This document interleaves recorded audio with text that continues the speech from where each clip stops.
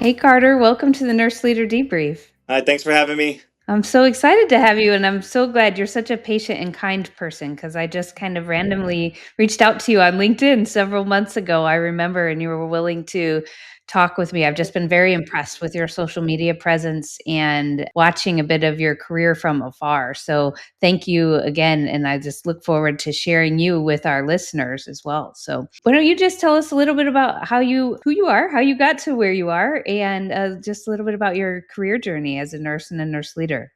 Sure. Well, thank you for the invitation, Amy, and staying diligent with getting a hold of me. I know sometimes that can be slippery, but I do appreciate being here. So, for anyone watching, my name is Carter Todd. I'm a nurse manager currently, born and raised here in California, originally from Central California, Central Valley specifically. So, for those folks outside of California, that's kind of the country part where there's the agriculture and just a lot less people. So, I'm a twin, and my twin does not like healthcare at all. My parents never went to college, so first generation college student. I was an athlete by trade. I did all the ball sports, played a little ball in college, but always knew I wanted to be a registered nurse. I was very fortunate that I had a couple of women in my life, a couple aunties who were nurses, and they kind of seen it in me before I seen it in myself, probably because I didn't know any men who were nurses, but said, you'd be perfect for this. And I remember sitting up with my aunt one night. She was a night shift nurse, and she let me sit up and play. We played games all night, and she was saying, you got to do this, you got to do this, and I've never stopped with that passion. So, in high school, I used to say I wanted to be a paramedic because I think that was more appropriate for a 15-year-old boy to say. But nursing was something I always was knew I was heading in my true north. So, finished playing ball, did college, junior college all the way up. Was fortunate enough to get into Samuel Merritt University, got my BSN, started working in the pediatric ICU at UC Davis Medical Center. That was amazing. 5 years, got solid foundation, magnet facility, all the jazz here in Sacramento. And then when COVID happened, I think the calling to leadership happened. And you know yourself, Amy, leadership is one of those things like people keep telling you should do it. So I wasn't necessarily trying to do anything, but I got called into leadership during COVID-19 pandemic and transitioned to the adult world. And that landed me here at my hospital that I'm currently at. I've been a nurse manager here for coming up on 2 years, actually, on the 1st of January. So, very fortunate, big team, 175 direct reports, and I'm loving it. And then I know you're going to ask about all the other endeavors. That's like professionally in work, but then Yeah. outside of work, I've been really engaged with the nursing associations. I think having that collective voice for me has been something I've always just looked up to. And I just really respect those people who have came before us, the women that laid the foundation in this profession. And whenever I go to conferences or interact with them, I still feel like I'm like, they're superstars. And I've always had that feeling, and I still do. So I was very early on. So I was a nurse for maybe a year and a half, started my master's degree at Betty Irene Moore School of Nursing, and frustrated with how I was moving through the profession, both personally and just what I was seeing in the care. And I said, hey, why don't I start my own chapter of National Black Nurse Association here in Sacramento, which is the Capital City Black Nurses Oh, Association. And that actually happened, whenever you're in the flow state, they say things fall and happen the way they're supposed to. And actually, the president at the time, Dr. Eric J. Williams, called me out of the blue and knew I was just a direct member of the NBNA. And he said, you should start a chapter in Sacramento. So, I was a nurse for a grand total of a year and a half. And I just reached out to the other Black nurses who I knew and said, hey, let's do this. This is the mission. This is the vision. And let's try to make our community healthier and safer and lift up this profession for us. So, very fortunate that early on, I got linked up with some great mentors, Dr. Eric J. Williams, Cherie Kreiner, who's our current president. She's mhm. always been there since the beginning. I mean, she was the first person that taught me what a SMART goal was, right? And I learned all that through the nursing association. So when I got prepared, got the degrees, got the education, I was kind of already primed to jump into leadership roles. And it's been very rewarding. Obviously, we'll talk more about Capital City, but I'll stop for there and then I'll let you kind of see where we're going to go. That's just That's just amazing, and I think it's fun how you just say it kind of casually, like, n most people don't do that, and so you should be very proud of. I mean, I wish we had more of it, and I think our listeners could really learn from you in that as well. Like, we talk about what is a nurse leader, right? And every Mm. nurse has leadership competencies that they're required to do in their clinical leadership and everything else, but then there's this other level of just natural born leaders that I'm certain Mm. that, uh, your colleagues and your mentors have seen some of that in you, but can you describe what is it in you that that really provides you that motivation to start a chapter of a nursing association, for Yeah. example? Yeah, I think I don't want to get too deep, but and honestly, I think having regret early on in life really helped me to not want to have that feeling again. I think as nurses, Okay. we see what that looks like with people at the end of their life. But for me, just the way that my sports journey ended up, I had a lot of privilege with leadership roles in high school, like being the team captain and getting picked for things. And I just, I was a 19-year-old boy. I just wasn't optimizing those. And then I had friends pass away or veer off the Mm. path, and I've always just felt kind of regretful. I said, well, I could have done more in that situation and had a better outcome. So when I got into nursing, I kind of think I've that's what's been fueling me. I Not that I'm intentional with like writing it down like Bart Simpson on right, like don't let this happen again, but I do think that sense of not wanting to let the opportunity pass me by again, it gets me up at 4:30, 5 o'clock every morning. It keeps me really motivated to stay on top of things and then to keep growing and having that growth mindset, because at one point I thought I was the man and my ego was bigger than the room. And I think having the opportunity of getting kicked in the stomach early on, young in my career, really helped. And then I think having a sports background actually is really beneficial. So whenever I do the Myers-Briggs or any of my personality tests, competitiveness always rises to the top. And my team has to remind me sometime we're not all competitive like you, Carter. And I think I have a healthy competition, just having a twin brother, right? I got to run a little Right. faster. I got to make sure I don't drop the ball like less than he does. So, in as a professional and as a leader, that helps me build teams and lead my teams to have good outcomes and to perform well.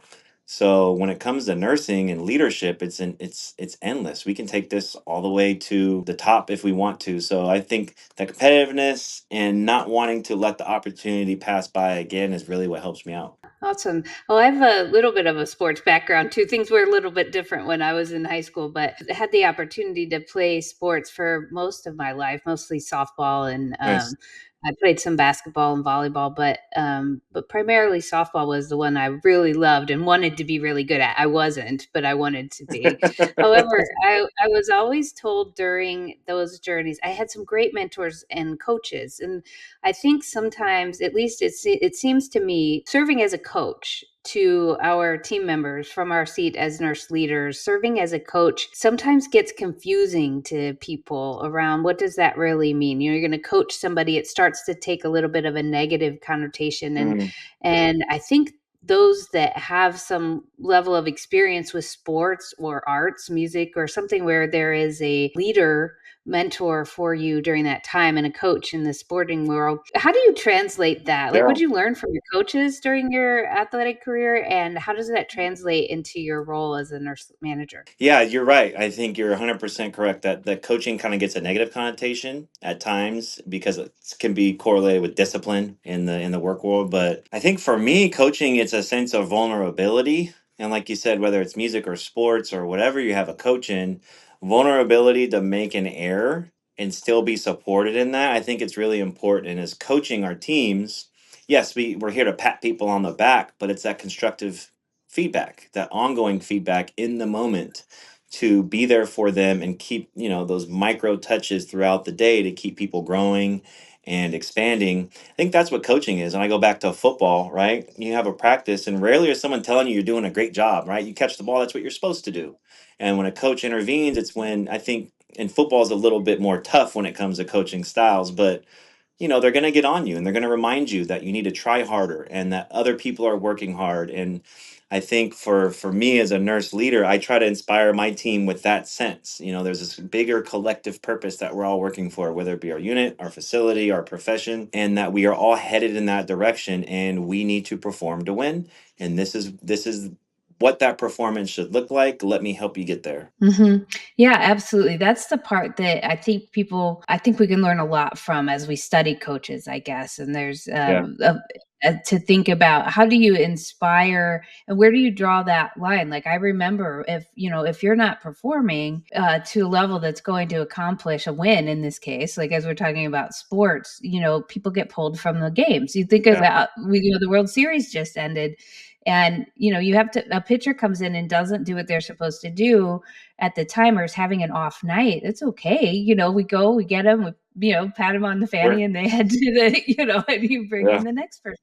It's not personal. It's not like, hey, I don't like you. It is, hey, our mission here right now is XYZ, and you've fallen outside of that, our expectation for right now, or it's a bad night. You need to get out of here. And it's no big deal. You'll be back tomorrow night if we get another game. Those types of things that I think those are skill sets that I think our nursing leaders really could have some help in developing, because I think we seem to take it personally, or we want people to like us. And I think most coaches want people to like them too. There's Yeah. just something that seems more palatable about it on a football field or on a on a baseball diamond or something. And I don't know what that is, how we ever integrate it fully into our role as leaders.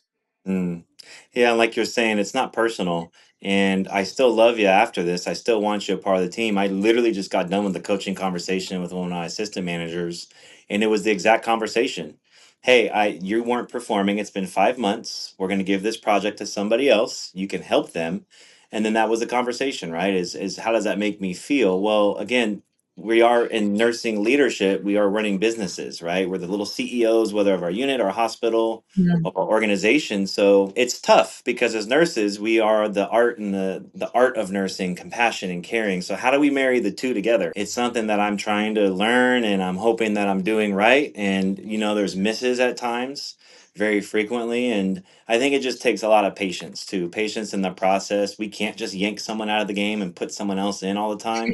Sometimes the team that we have is what we absorbed versus what we picked ourselves. So it takes a little bit more a skill set. And that's, like I said, I'm trying to learn that as I go. Yeah, absolutely. Well, there's so many schools of thought and resources available to help. And I think as long as and you come off as and to me, you strike me as vulnerable, authentic, and that's really I think what our team members want. And they want to be known, they want to be seen as human beings and contributors. And that's what we can't go around with all negative connotation for Yeah. everything either, because it's not that. And there is a skill set that we then need to develop to be confident enough in ourselves to address an issue, and we practice, right? Those are things that I think about at my time as an athlete. Or I played violin. This is probably even better. I played the Yeah. violin from the time I was 4 years old until I graduated from high school. And religiously, as a part of a orchestra or something. I still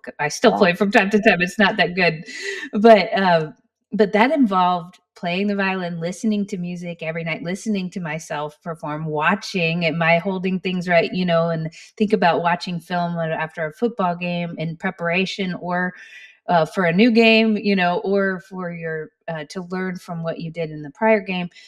And I don't think we do enough of that in nursing leadership either. Like, let's take a real look at ourselves and see how is it that we're Yeah. doing. And somebody needs to help us with a mirror, or, put up a mirror, or really just delve into it. Looks different. We're not going to walk around videotaping everybody, and we don't even videotape anymore. This is how old I am, Carter. uh, we record things, right? Yeah. Yeah. But anyway, that's all of that to say. I just think the more authentically we can look at ourselves, help our teams to look at themselves, and be reflective of what's gotten in the way of me being at my best today. What did I do really well today? And how do we continue to look at our performance so that we know, okay, tomorrow, new day, new opportunity, in an environment where it's safe to do that. And that's what it seems to me that you're creating, is a healthy work environment where those conversations, as uncomfortable as they may be for some, are able to be had. Yep. Yeah, you got to lean into the tough conversations. Definitely. Yeah. And as a leader, you have to model that and how to do it with compassion, kindness. But still, for me, it's still providing, well, this is what a stern conversation should look like, too, because I think, especially frontline new leaders, even myself, it's tough. It's not, you're not used to doing that. And there's a skill set, like you said, a grace that you have to have. So role modeling is huge for that. And that's what a good coach does, right? They give the rah-rah speech, but then they'll get out there and sometimes they run the drill for you and they show you how to do it.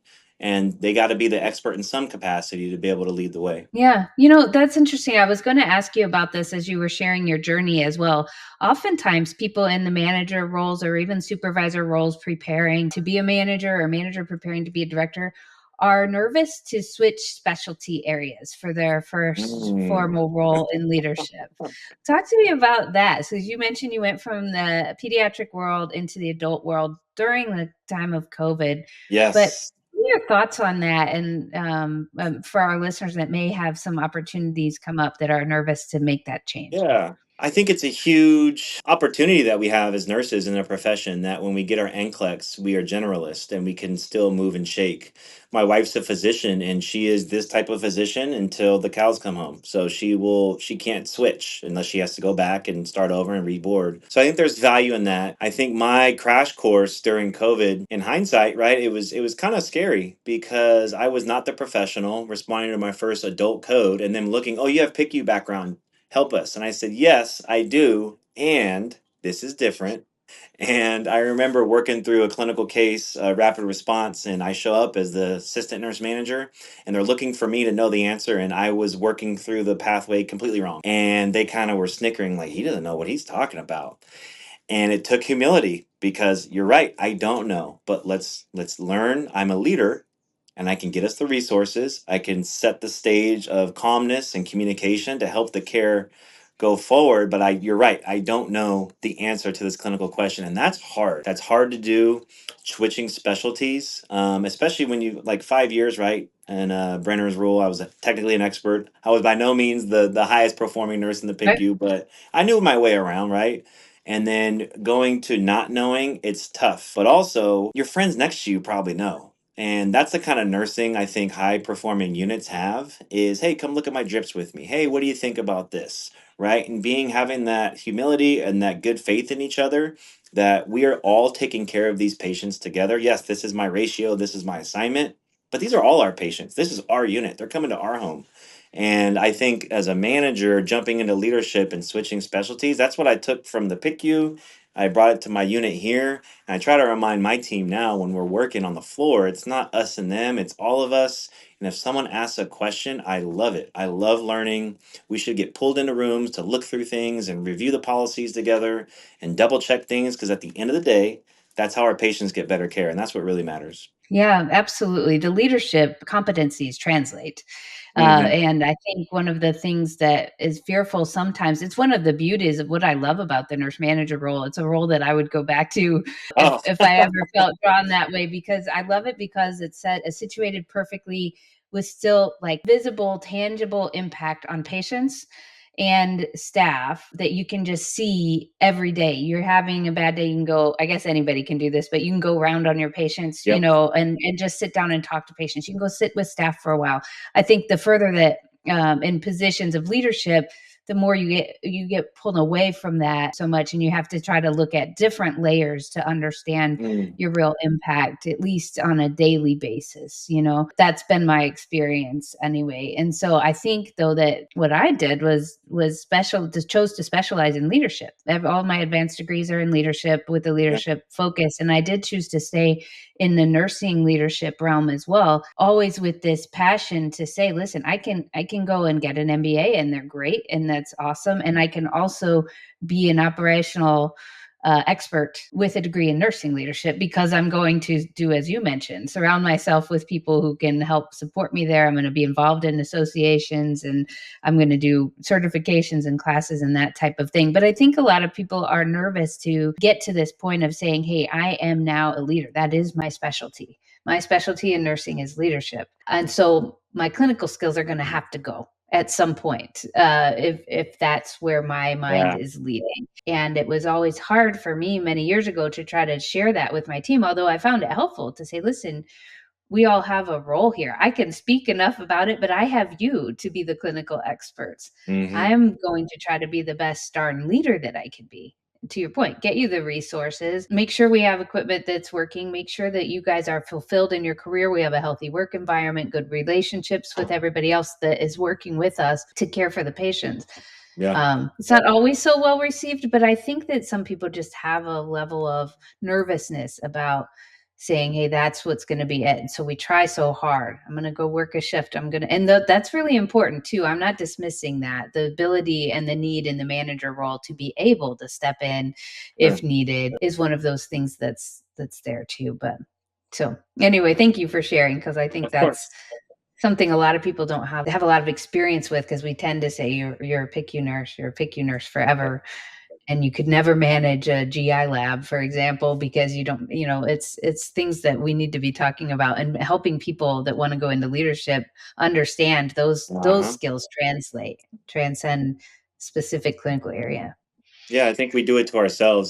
Just I shadowed a the CEO of a large hospital for a day, and he said that specifically. He said, I think he was an anesthesiologist by trade. He's like, but I can now run any company that I want because I'm the CEO of this health system, right? And that skill set translates. And I was fortunate early on in my career and it just stuck with me. He's like, he's right. He's a doctor, but he's a CEO, and a CEO can lead any industry, any companies. And Yeah. we need to be better and more intentional in doing that as leaders, and even in the nurse manager role, like you're saying. Yeah, nurse managers as well, right? You're starting to see so many, at least I'm being exposed to more innovators, entrepreneurs, that are staff level, that are managers, that are ready to get out and continue the moving and the shaking outside of maybe the traditional acute care settings, and I think it's wonderful. And that's you are all the generation that will do it, and that will help to bring that and say, listen, I'm a nurse and I'm a leader. That opens so many doors for you. It doesn't need to be a traditional path, and I think the more we can own that, the more we'll start to see people really taking some chances and risk taking outside of that area. Well, unfortunately, I know we only have a couple of minutes left. Let me just open this up for you. Anything specific that you would like to leave our leaders with, or words of wisdom, or listeners, not our leaders, sorry. Yeah, no problem. For the listeners, I would say build your community. I think with social media now, we do a better job of that because we are more connected, but it has to be a tangible community that truly understands where you're at now and then where you're trying to go. That's been my key to success is the folks around me have made me so much better. And then I've been able to pour into them. And then that's been really fulfilling for me too. Work is hard, work is a grind. That's why it's called work, not fun. So we have to build communities inside and outside of work that keep us growing and heading in a direction. So that's what I would say to any of the listener. Any new leader specifically, your community should be somebody that you're aspiring to. And then for seasoned leaders, who are you pouring into to learn something new, to teach you a new LinkedIn trick or a new, AI product to use. So it goes both ways. That's why I'm glad we're connected, because you can help keep me you can teach me about AI and things, and Yeah. some of that happens so passively to some degree because, like, I'm always looking at what you're posting, and I'm learning that way, even if we don't interact directly. But I Yeah. agree with you that we should always have somebody that we're seeking wisdom from, and always somebody that we're sharing wisdom with is one of the ways that I like to think about that as well. And I hope to have you on again at some point and keep up with you and your amazing career journey. And I'm just so glad we're connected and so grateful that you took the time to be on the Nurse Leader Debrief today. Yeah, thank you for the opportunity, Amy, and I hope we talk soon again. All right. Thanks, Carter.